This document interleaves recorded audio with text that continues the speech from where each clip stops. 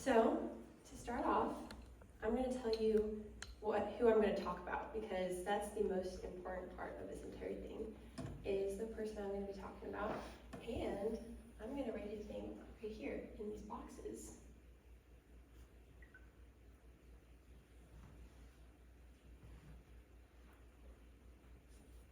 And then you guys are going to tell me what name I just wrote. It's going to be pretty cool how this works. Can you guys read that? Can you see? What does it say? It says Jesus. Yes. And Jesus is my best friend, and I'm going to tell you some stories about him today. So Jesus is the Son of God, and many years ago, he came down to earth, and he walked among people just like us.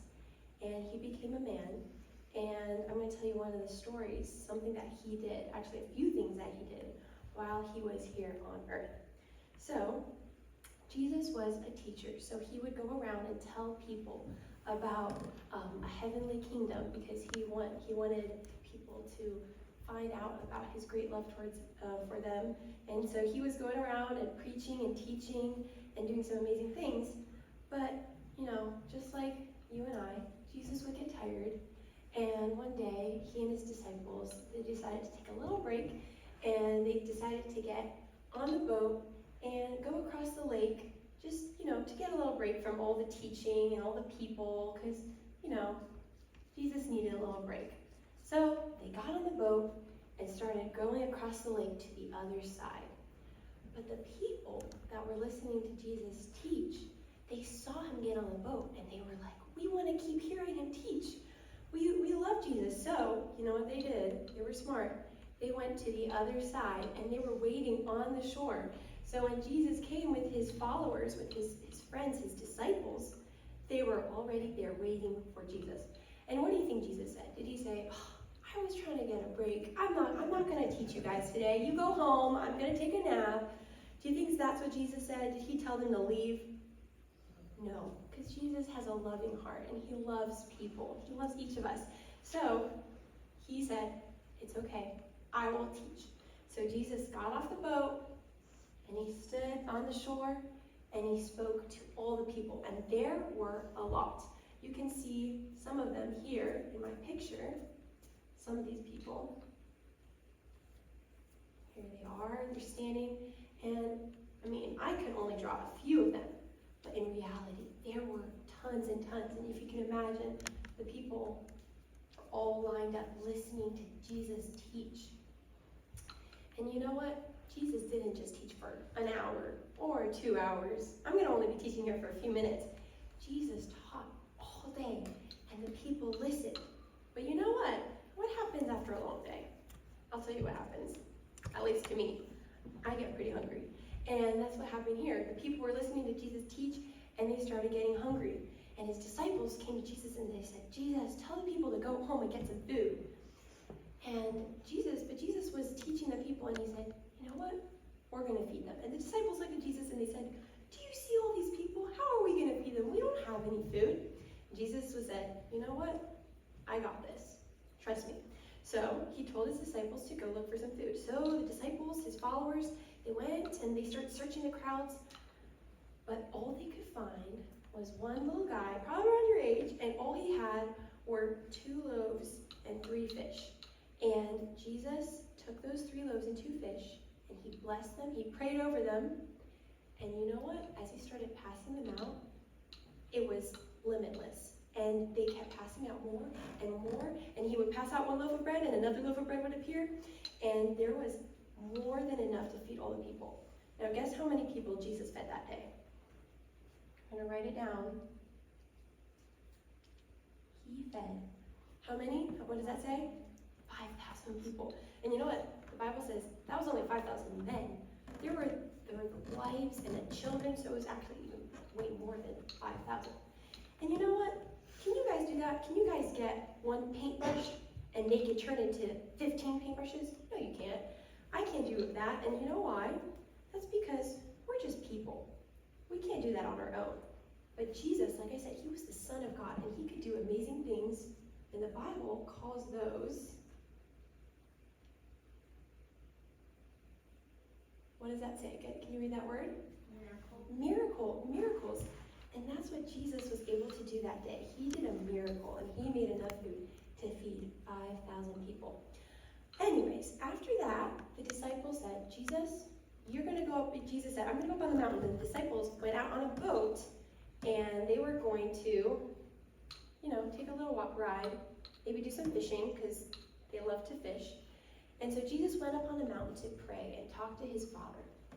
And as the disciples set out, it was a beautiful day. The water was lapping against the shore. There was a slight breeze, only a few clouds in the sky. It was a beautiful day. But as they got up to the middle of the lake, they noticed that the wind started to pick up. And they felt a few raindrops falling. And they were like, this is unexpected. We were not expecting any rain. We probably should start making it back to shore. So the disciples, Jesus' followers, turned the boat around. But as they started rowing, they realized that the wind were picking up, and it kept pushing them out to the middle of the lake. And they were not able to turn around and get back to the shore. It started getting a little scary because the waves were picking up. They were getting taller and taller, and the disciples realized they were about to be in trouble. If they were going to get stuck out in the middle of the lake during a huge storm, their little boat could easily get flipped over, and then they would be fish food, and that would not be a good thing for the disciples. So you know what they did? They started clinging on to the edge of the boat, and they were scared, and the winds were raging, and the water was crashing against the boat. And here they are. This is like a close-up shot here. Some of the disciples in the boat. I bet they were scared. They were already pretty soaking wet, and they were just hanging on for dear life. And suddenly, one of the disciples, his name was Peter, he called out and said, "Look, guys, I see something in the water." What do you think he saw? Maybe they at first thought it was a huge fish coming to eat them up. Maybe they thought it was something even scarier. I don't know. Actually, when they first saw it, guess what they said? They said, "It's a ghost." Oh, well, maybe it looks like a ghost because nothing's popping up. It's supposed to.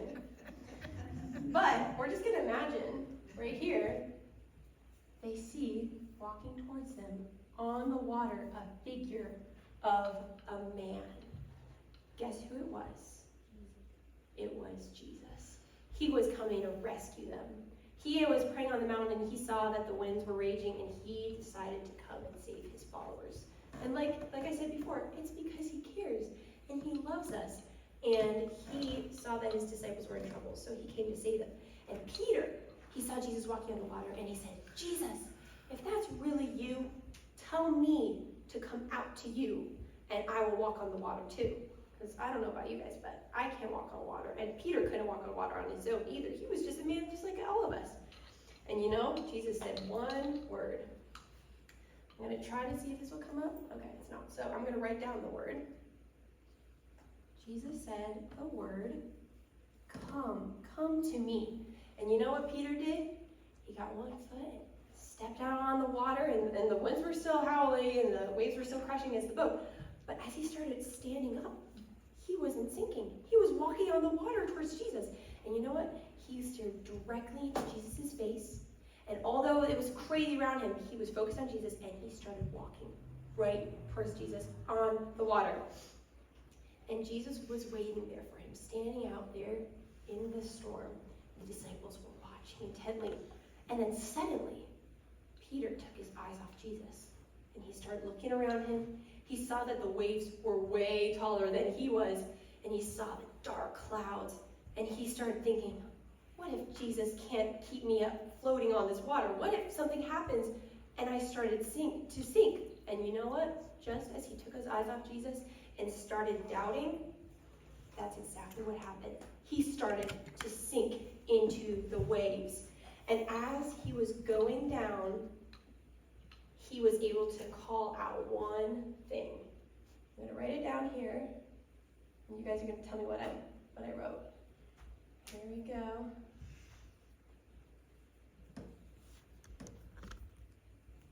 This is what Peter called out to Jesus as he was sinking into the water. What does that say? save me. That's right. And that's all that Peter could say as his head was just about to go under the water. And you know what? Do you think Jesus said, you're on your own. You didn't trust me. You looked away, so you're going to have to deal with the consequences. No, not at all. Jesus reached out his hand and grabbed Peter's wrist and pulled him out of the water and set him in the safety of the boat. Now, guys, we've seen Jesus do already a few miracles. He fed 5,000 people with only a little bit of food. He walked on the water. What are those called again? Remind me? Miracle. Yeah, Jesus can do miracles. Why can Jesus do miracles? I mean, I know I can't walk on the water 100. I know that I can't do that. I will tell you why. It's because Jesus is not just a regular person like us. It's because he is, what does that say? Lord. He is Lord. He is the Son of God. He's not just a man. And when he came down to this earth, he came to do more than just feed people and save Peter from drowning. He came to save us from something far, far worse and scary than any of these problems and any of these things. He came to save us from the problem of sin. Do you guys know what sin is? Give me some examples of sin. What's something that could be sin? For instance, breaking the 10 Commandments is a sin. So if you steal or if you lie, and by stealing, I don't mean going out and robbing a bank or doing something crazy. If your mom has ever told you, hey, don't touch those cookies on the counter, and you snatched one secretly when she wasn't looking, that's also stealing, and that's a sin. And that's our problem. We have a problem of sin. And because we have sin in our lives, and we all have sinned, no one is perfect. The Bible says every single one of us has sinned. I have sinned, you guys have sinned, and we have this problem. And because of this problem, Jesus came to save us. Because, you know what? We can't solve this on our own. We're stuck with it. And Jesus came, and you know how he saved us? I'm going to tell you. He died. And like I said, Jesus is the Son of God. He's perfect.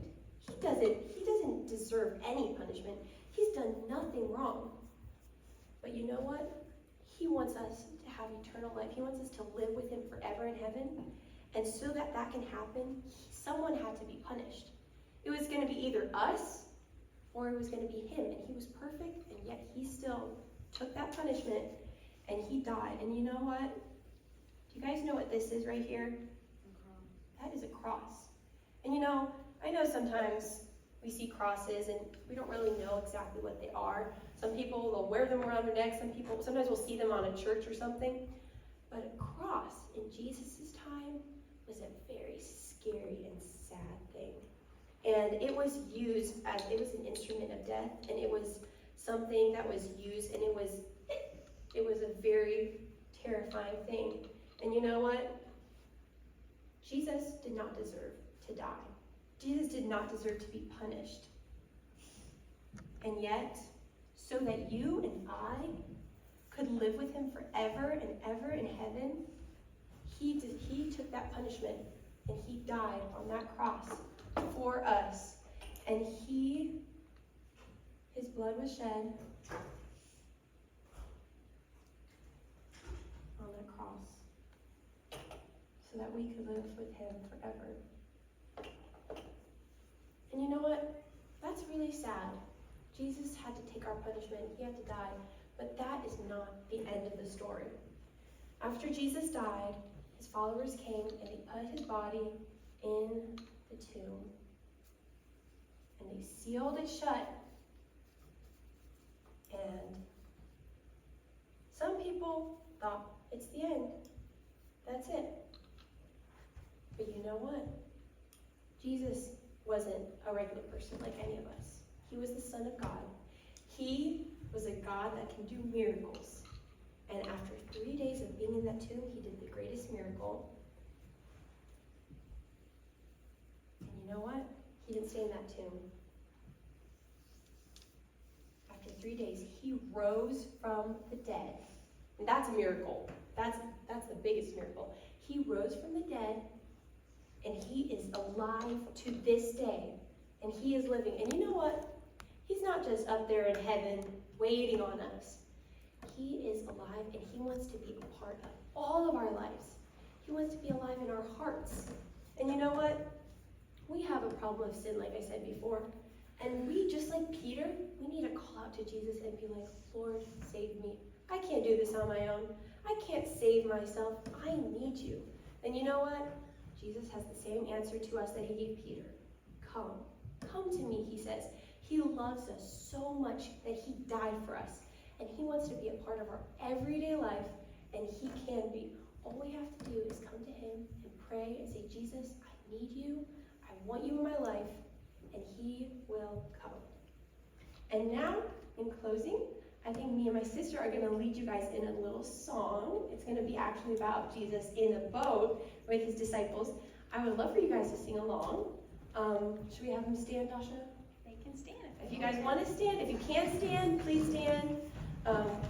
And I'm just going to show you quickly the hand motion. So it goes like this. If you guys want to stand, can we stand? Can we all stand? Yeah? Okay, awesome, guys. Thank you. So it's going to go like this. With Jesus in the boat, you can smile, and then you're going to show me a huge smile because you all have such beautiful smiles. Smile in the storm. And then it's going to repeat, smile in the storm, and then with Jesus in the boat, you can smile in the storm when you're sailing, and you're going to do like a little boat sailing, and then home. All right, you guys ready? Let's go. With Jesus in the boat, you can smile in the storm, smile in the storm, smile in the storm. With Jesus in the boat, you can smile in the storm when you're sailing home. Sailing, sailing home, sailing, sailing home. With Jesus in the boat, you can smile in the storm when you're sailing home. Good job, you guys. So now you have a new song. You can go home and you can practice it. Thank you.